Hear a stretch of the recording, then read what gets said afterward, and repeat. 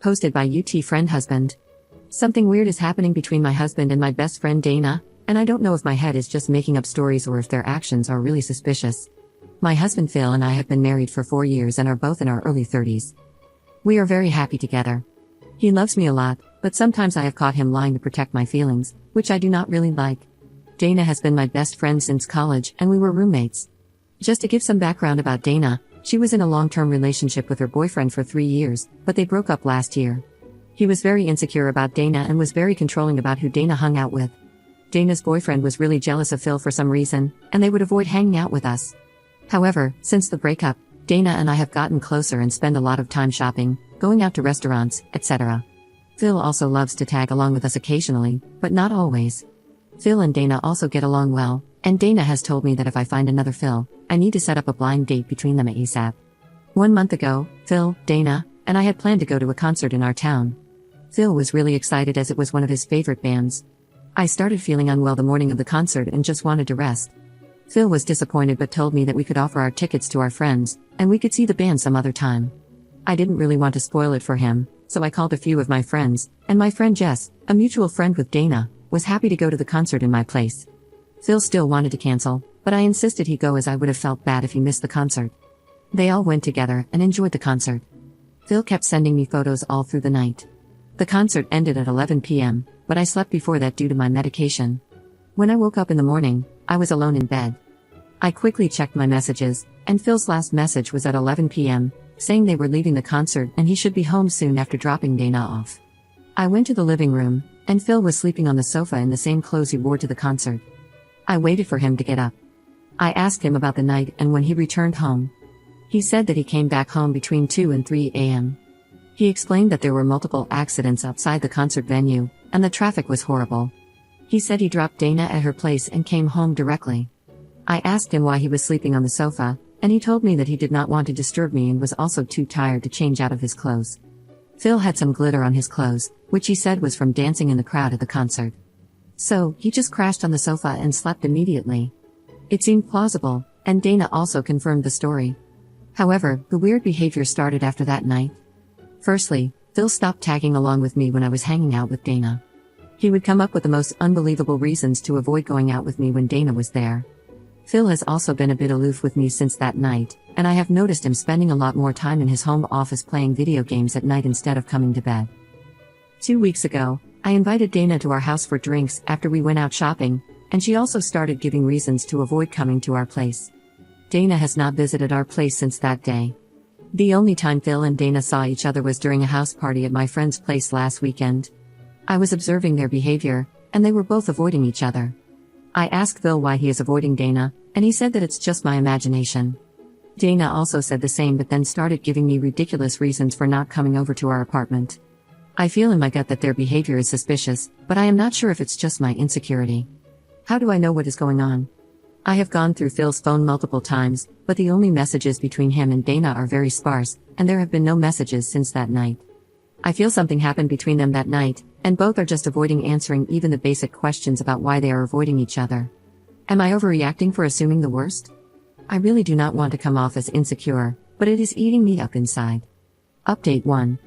I had posted last week regarding my husband and my best friend avoiding each other after they went to a concert together last month. I really wanted to thank you all for helping me in my time of need and with my tech questions. Sorry for the long post, but I confronted Phil and Dana and finally found out what happened. I was briefly able to get access to Phil's phone last Friday night. I did not have time to retrieve any deleted messages. However, thanks to someone's idea, I opened his camera gallery and went through the photos he took that night. One important thing that jumped out was Dana's outfit. Dana was wearing a white shirt and denim shorts to the concert. Since it was an outdoor concert, she took off her shirt and was only wearing a blue bikini top. She had some glittering fake tattoos on her shoulder and back. By the end of the night, she was wearing her shirt again.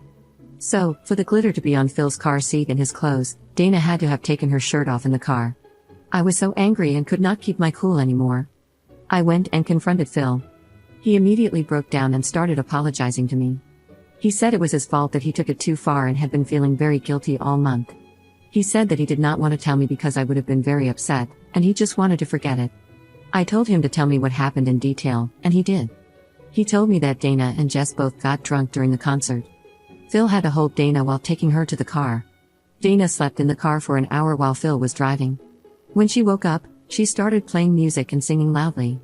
At one point, she told Phil that it was hot in the car, and before he could lower the AC temperature, she took off her shirt.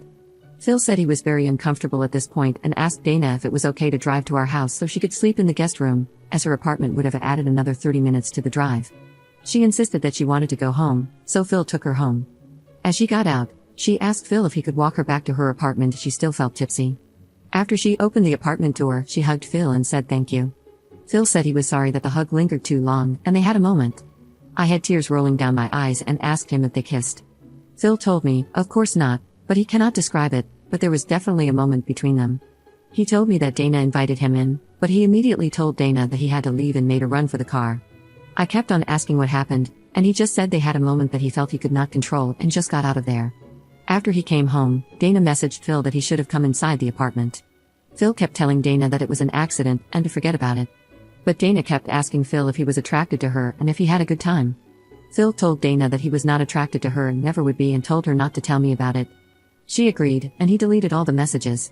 He said he sat on the sofa because they were messaging each other for a long time, and he didn't want me to hear it. I asked him if he could retrieve the messages, and he told me he deleted them and also cleaned all his archive and sent messages. He just wanted to forget the incident ever happened. I showed him my post and, thanks to a comment, we went to find the messages on the SD card. Phil was right, and the messages were the same as what Phil described. I'm still very mad at Phil for not telling me about it in the first place. This is where it got super weird.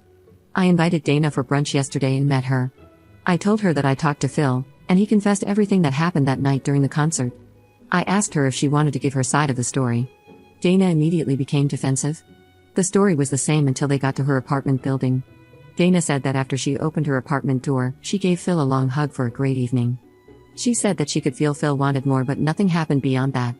I asked her why she invited him inside the apartment. She told me that she wanted to offer him some water and a snack as he had been driving for a long time. I said that it's a really suspect move to invite my husband into her apartment at 1 a.m. when she felt he wanted more from her than a hug. She said that I was just being jealous and crazy. We started arguing, and she blurted out that she was not the one pitching a tent during the hug. I told her she is never going to see Phil again in her life, and our friendship is done. She started shouting that she knows Phil loves her and he does not act on it because of me. She went on about how I'm always complaining about Phil and do not deserve him. She said that Phil has been so nice to her after the breakup, and she feels he would leave me for her if he had a chance. She finally said that she could make Phil way happier than I ever could, and he has started to realize it now. At this point, I just wanted to avoid a blowout and walked away. I talked to Phil at night about what Dana said. He confirmed to me that he did pitch a tent when he hugged Dana that night, and he does not know why. Dana held his hand and invited him after the hug, and he just ran towards his car. He said he feels guilty about it, but it does not mean he has feelings for Dana. He said he is very happy being married to me, would like to keep it that way for the rest of his life. Although I am relieved that nothing happened between them, it has been hard for me to process my thoughts. I feel mad at Phil for hugging Dana in the middle of the night when she was barely wearing anything. He should know better. On the other hand, I feel like a jerk myself because my best friend had a thing for my husband, and I had no clue about it and pushed both of them to go to the concert together.